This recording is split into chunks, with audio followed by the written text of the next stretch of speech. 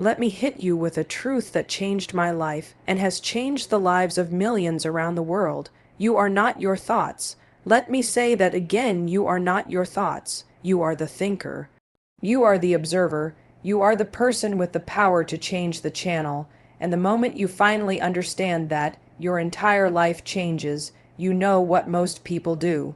They wake up and immediately their brain starts spewing garbage. You're behind. You didn't do enough yesterday. You messed up. You're not as good as them. You'll never figure this out.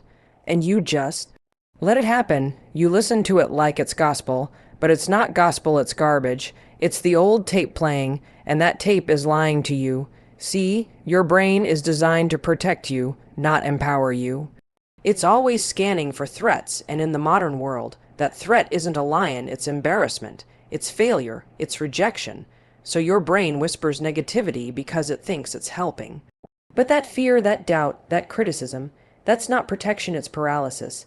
Let's talk about how you silence those thoughts. First step, awareness. You can't change what you don't catch. You've got to develop a habit of noticing when those negative thoughts creep in. And they will, oh, trust me, they will. But instead of going, oh no, I'm thinking negatively again, I must be broken. I want you to say, boom, there it is. That's the old program, not today. The second step is to interrupt that thought. This is where the magic happens. The second you hear yourself say, I'm not good enough, or I always screw this up, I want you to count down 5-4-3-2-1. That's right, the 5. Second rule, why? Because counting backwards shuts off the part of your brain that loops negative thoughts and re-engages the prefrontal cortex, the decision-making part. You create a mental interruption. It's like slamming the brakes on a runaway train. And then what? Step 3, replace the lie with the truth. Your brain is plastic. It can be reprogrammed. So if the old thought is I'm a failure, the truth is I am learning and growing. If the lie is nobody cares, the truth is I matter and I show up every day. Speak to yourself like you'd speak to your best friend or your child. Would you ever say you're worthless? No. So why tolerate it in your own mind? Next action. Negative thoughts thrive in inaction. They grow stronger when you sit, scroll, overthink. You want to break the loop, move, take one small action in the direction of the life you want. It doesn't have to be huge, it just has to be now. Action is what silences doubt. Action is what silences shame. You cannot think your way out of a bad mood, you act your way out. And let me be real with you. You're going to fail at this sometimes. You're going to fall back into those loops. You're going to catch yourself being mean to yourself. That's okay. That doesn't mean the system's broken, it means you're rewiring, and rewiring takes reps. So when you catch it again, you say, yes, there it is. I see you, thought. 5-4-3-2-1. I'm not going there. You want to silence negative thoughts. You've got to stop feeding them. You've got to stop entertaining them like they're truth. You've got to create a new normal one where you don't tear yourself down. You build yourself up. One where your self-talk becomes your superpower. So what do high performers do? What do happy people do? They catch the thought, count it down, and change it over and over again. They become the editors of their own minds. They don't wait to feel motivated, they act anyway. They don't let the old program dictate their new future. Let me leave you with this. Your mind can be your best friend or your worst enemy, but you are the one in control. You just have to take that control back. You just have to decide, I'm done being ruled by fear. I'm done being bullied by self-doubt. I'm done letting my past dictate my future. I choose better thoughts. I choose a better life. You can silence the negativity, not by wishing it away, but by becoming louder than it, more powerful than it, more relentless than it, because you deserve a mind that cheers you on, not one that drags you down. Now get out there, count it down, and take your life back. 5-4-3-2-1, go. Negative thinking is like an automatic app running in the background of your brain, one you didn't choose, but it keeps launching by default. Most of us go through our days without even realizing just how loud that inner critic is. It doesn't shout, it whispers, subtle but relentless, "You're not good enough. Why even try? They're all better than you." It sounds like your own voice, which is why it's so damn convincing. But here's the truth. Your brain is not designed to make you happy. It's designed to protect you, and that means its first job is to scan for threats. Real or perceived, it doesn't matter. That ancient wiring doesn't know the difference between a tiger and an angry email. It just reacts, and most often it reacts with fear. This negativity bias is not your fault, but it is your responsibility to manage it. It's the residue of evolution, thousands of years ago, assuming the worst kept us alive. If you missed a potential threat, you died. So your ancestors were better off jumping to negative conclusions. Is that a snake or a stick? Assume snake. And that genetic wiring, still there, but the modern world doesn't require that kind of hypervigilance. Today, the snake is public speaking, rejection, or not getting enough likes on a post. Your brain is still screaming danger when there is none. That's where awareness comes in. You can't change something you're not even conscious of. Most people don't even realize that they're running an invisible script in their head, constantly telling them why they can't, why they'll fail, why it's not worth trying. It's this low-level hum of negativity that colors everything. And because it's so constant, it becomes normal.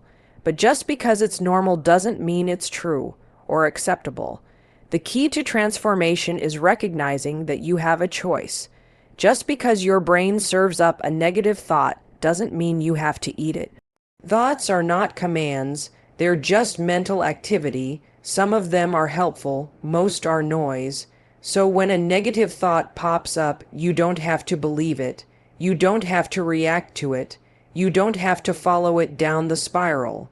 Now, let's talk about what happens when you do notice a negative thought.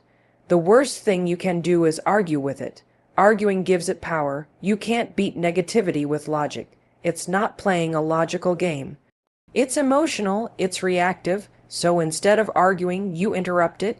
You cut it off before it gains momentum. One of the fastest and most effective ways to do this is with action any action.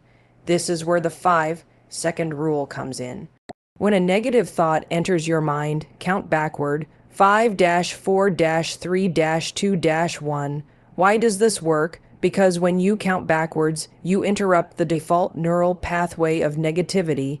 You stop the loop before it spirals. That backward count forces your prefrontal cortex, the decision-making part of your brain, to activate. And when that part of your brain is in control, you can choose a better thought. You can choose to act instead of react. For example, let's say the thought pops up, "I'll never be able to do this." Don't sit there and analyze it. Don't try to counter it with affirmations you don't believe yet. Just count it down, 5-4-3-2-1. Then move, take one small action, open the document, make the call, lace up your shoes. Action beats anxiety, action quiets doubt, action resets the brain, and here's the kicker, your brain begins to learn. It begins to change. Every time you interrupt a negative thought and take action, you're creating a new neural pathway. You're training your brain to default to empowerment instead of defeat. And the more you do it, the easier it becomes. That negative voice, it gets quieter, not because it disappears entirely, but because you stop feeding it. You stop giving it power. You stop giving it permission to dictate your life. You are not powerless in the face of negativity. You are not broken, you are just untrained, and training your mind is like training a muscle. It requires repetition, discipline, and patience. But the result, a mental environment where you support yourself, where you cheer for yourself, where your first response is not, "I can't," but "let's go." Imagine waking up and your first thought isn't dread or regret, but possibility. Imagine sitting down to work and feeling focused instead of overwhelmed. Imagine going to bed proud of yourself instead of mentally beating yourself up. That is the power of silencing negative thoughts, not by pretending they don't exist, but by refusing to let them drive. So yes, your brain is wired to scan for threats, but your soul, your spirit, that part of you is wired for growth, for courage, for expansion.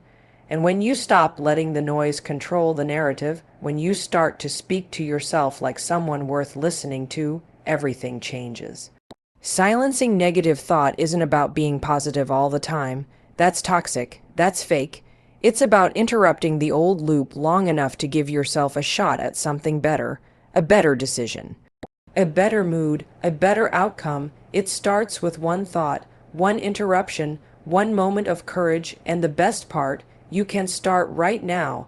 When you catch yourself spiraling into self, doubt, judgment, or fear, it's easy to assume that your thoughts are a reflection of truth. But they are not. Most of your thoughts are simply recycled, habitual patterns your brain has repeated for years. They're not grounded in present reality. They're echoes from your past. Maybe it's the voice of a parent who is overly critical. Maybe it's the result of trauma, disappointment, or societal pressure. Regardless of where they come from, you've got to recognize that just because a thought asterisk shows up asterisk doesn't mean it belongs in your life. It's time to take back control. You have to develop the habit of observing your thoughts, not absorbing them. Observation creates distance. Absorption creates identification. When you say to yourself, "I'm anxious," you've absorbed the thought. You've made it part of your identity, but when you shift the language and say, "I'm noticing a feeling of anxiety," now you're the observer. Now you've created space, and in that space, that's where your power lies. That simple shift from identification to observation is a total game changer. It turns reactive thinking into responsive thinking, and that change will completely transform how you move through the world. Let me give you an example. Imagine you're sitting in traffic, running late, and suddenly your brain fires off. You're a screw-up. You're always late. Why can't you get your life together? That cascade of self-criticism is automatic, right? You didn't consciously choose it, but the moment you become aware of it, you can stop it. So instead of spiraling, you pause, you take a breath, you say, "I'm noticing that my brain is telling me I'm a screw-up." Boom. That tiny linguistic shift turns down the volume. Now, instead of drowning in the thought, you're standing on solid ground watching it float by. And here's what's wild. When you create space like that, the emotional charge behind the thought starts to dissolve. It's like pulling the plug on a loudspeaker, but awareness alone isn't enough. You need to follow it up with a mental pattern interrupt. You've got to intentionally redirect your attention. One of the most effective ways to do this is to anchor yourself in the present moment. This is where the 5 sense check-in comes in. Ask yourself, what can I see right now? What can I hear? What can I touch, smell, taste? This grounds you. It pulls you out of the storm in your mind and plants your feet back into reality. The power of the present moment is underestimated. It's quiet, it's subtle, it's not flashy, but it is everything.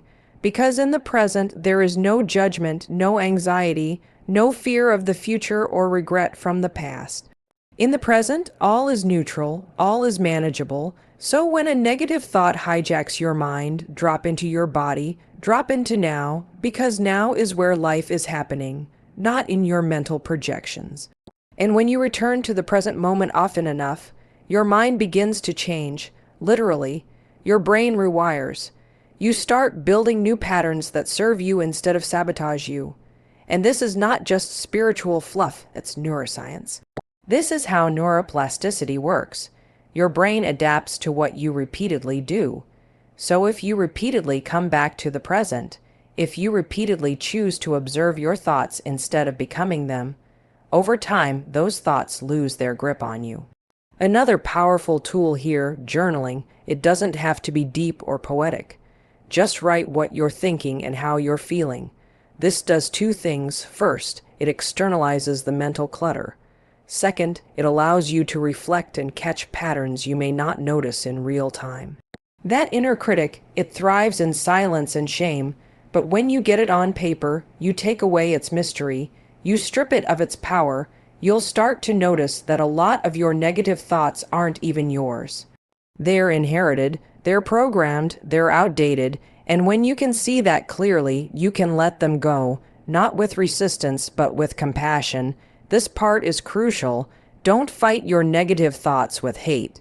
They're not your enemy, they're outdated strategies your brain developed to try to keep you safe. They're scared little messengers, so meet them with love, but don't let them run the show. Say to yourself, I see you, I understand why you're here, but I don't need you anymore. That level of self-compassion disarms the negativity. It turns your inner world into a space of healing, not punishment, and here's the real kicker. When you practice this consistently, awareness, observation, pattern interruption, presence, you begin to uncover something deeper. You realize that beneath all the noise, all the negativity, all the fear, there is a still, strong voice, yours, the real you, the wise you, the grounded, clear, intuitive version of you who doesn't yell, doesn't panic, doesn't self-sabotage. She's always been there. She was just buried under layers of mental noise. So every time you catch a negative thought, every time you pause, observe, and choose a new response, you're not just quieting your mind. You're peeling back layers. You're excavating your authentic self. An asterisk, that asterisk is how you begin to live from a place of truth instead of fear. When your internal world is noisy, confused, or judgmental, your external reality will reflect it. That's the hard truth. We often think that our circumstances are what's creating our negative thoughts, but it's actually the other way around. Your internal dialogue, the stories you tell yourself, the tone you speak to yourself with sets the tone for everything. If you're constantly telling yourself that you're not good enough, that you don't have what it takes, or that you always screw things up, guess what? Your behavior is going to follow that script. You will subconsciously begin to act in ways that confirm those beliefs. You'll shrink, you'll hesitate, you'll self-sabotage. This is why becoming aware of your internal world is one of the most important things you'll ever do. You've got to become a master of your mindset. Because if you don't lead your thoughts will lead you straight into self-doubt, procrastination, and fear, and most of the time they won't be true. They'll just feel true because they're familiar. Familiar doesn't mean accurate. Familiar doesn't mean healthy. Familiar just means repeated asterisk. And if you've spent years, maybe decades, thinking the same disempowering thoughts, then of course they feel real. Of course they feel automatic, but automatic isn't destiny. It's just habit, and habits can be changed. So how do you begin to silence that internal chaos? You've got to disrupt the thought pattern before it gains momentum. Think of it like this. When a negative thought enters your mind, it's like a spark. If you catch it early, you can extinguish it with a flick. But if you let it smolder, it turns into a flame, and if you let it burn long enough, it becomes a wildfire of anxiety, shame, and overwhelm. The key is catching the spark. That means you've got to slow down and tune in. Most of us are moving so fast, scrolling, working, reacting, that we don't even realize the noise we're carrying inside. But your body always knows. You'll feel tightness in your chest, a knot in your stomach, restlessness in your limbs. That's your signal. When you feel that tension rise up, it's time to check in with your mind. Ask yourself, what am I thinking right now? Is this thought helpful? Is it even true? Those questions might seem simple, but they're revolutionary. They interrupt the autopilot and force you to engage with your thoughts intentionally. And once you're aware of what you're thinking, you can challenge it, you can question it, you can replace it. One of the most powerful things you can do is create a go-to replacement thought. Something grounding, something empowering, something that reflects the truth of who you actually are, not who your fears say you are. It might be as simple as, I'm doing the best I can, or this moment doesn't define me, or I've gotten through hard things before, I can do it again. The trick is to say it out loud, speak it. When you hear your own voice interrupting the mental spiral, it creates a jolt of awareness. It shifts your energy. It reclaims authority over your own mind. And listen, this isn't about lying to yourself or pretending everything is fine. It's not toxic positivity. It's conscious leadership of your thoughts. It's about choosing to respond instead of react. There's a big difference. You are not your thoughts. You are the thinker of your thoughts. That means you are the director. You get to decide which thoughts stay and which ones go. But you can't do that if you're not present. You can't do that if you're checked out, overwhelmed, or numbing yourself with distractions. This is why practices like mindfulness, meditation, and journaling are so effective.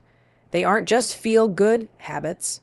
They are tools to strengthen your awareness muscle, and the stronger your awareness, the easier it becomes to silence the noise. And here's the thing about internal noise. It often comes from past programming. You might be carrying beliefs that were handed to you as a child by teachers, parents, peers, or society. You didn't choose them, they were planted, but now that you're aware of them, you can choose. You can decide to keep them or let them go. This is what it means to take full ownership of your life. You stop blaming circumstances.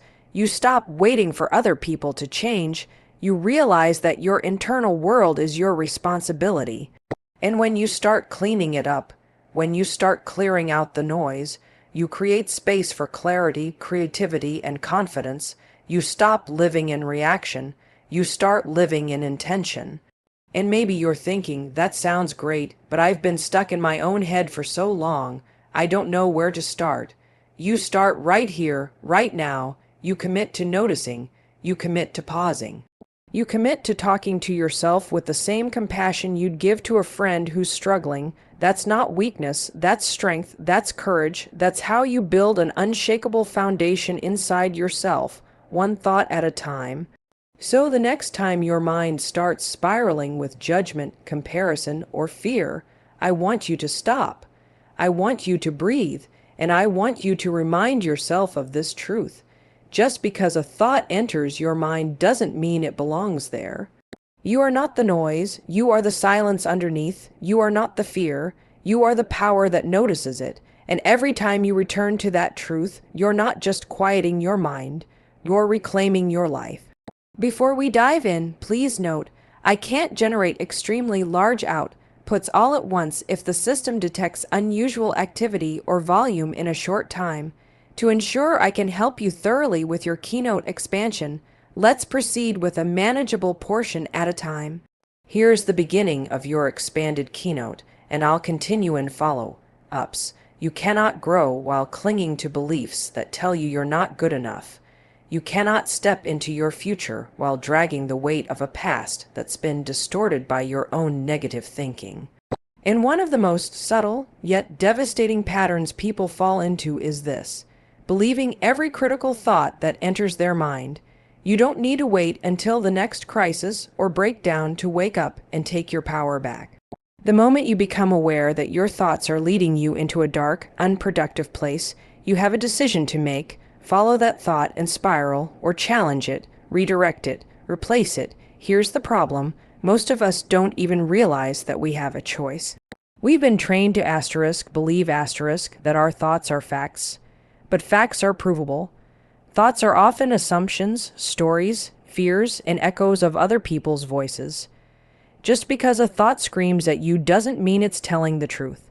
For example, you might think, I'm a failure. Really? Based on what? A mistake you made 2 years ago, a job you didn't get, a relationship that ended. Those experiences don't define you.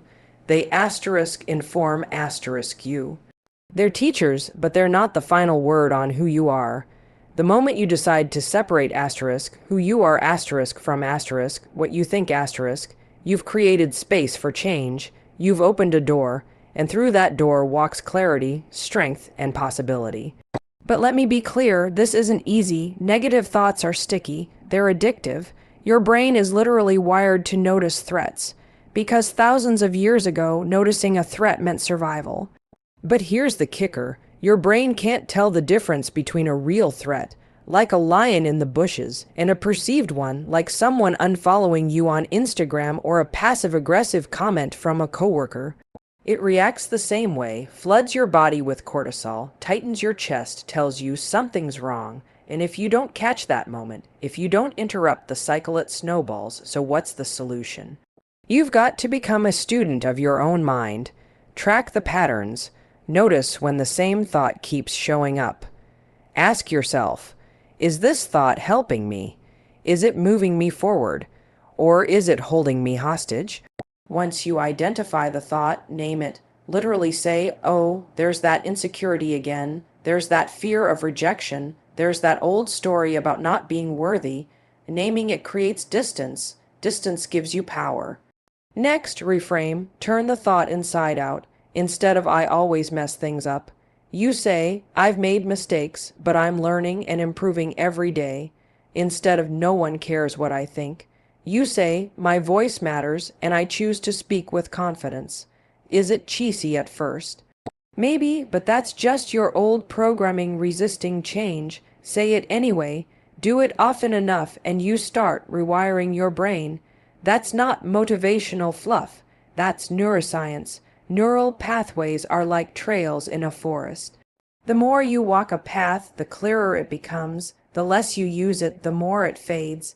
If you've been walking the trail of negativity for years, you've got to deliberately create a new one, and you create it with repetition.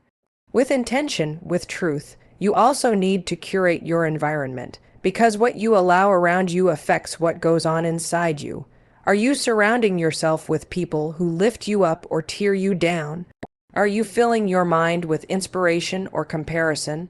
Social media is a massive contributor to negative self-talk. Be ruthless about who and what you follow. If it doesn't make you stronger, let it go. Finally, remember this: silence doesn't mean absence. When you silence the negative thoughts, what's left isn't emptiness. It's space, it's peace, it's potential. It's the voice of your true self, the one that's been drowned out by fear and doubt. And that voice is calm, clear, and powerful. It says, you are enough, you are growing, you are not your past. It reminds you that you're the author of your own story, and no thought, not one, can take that away from you unless you let it.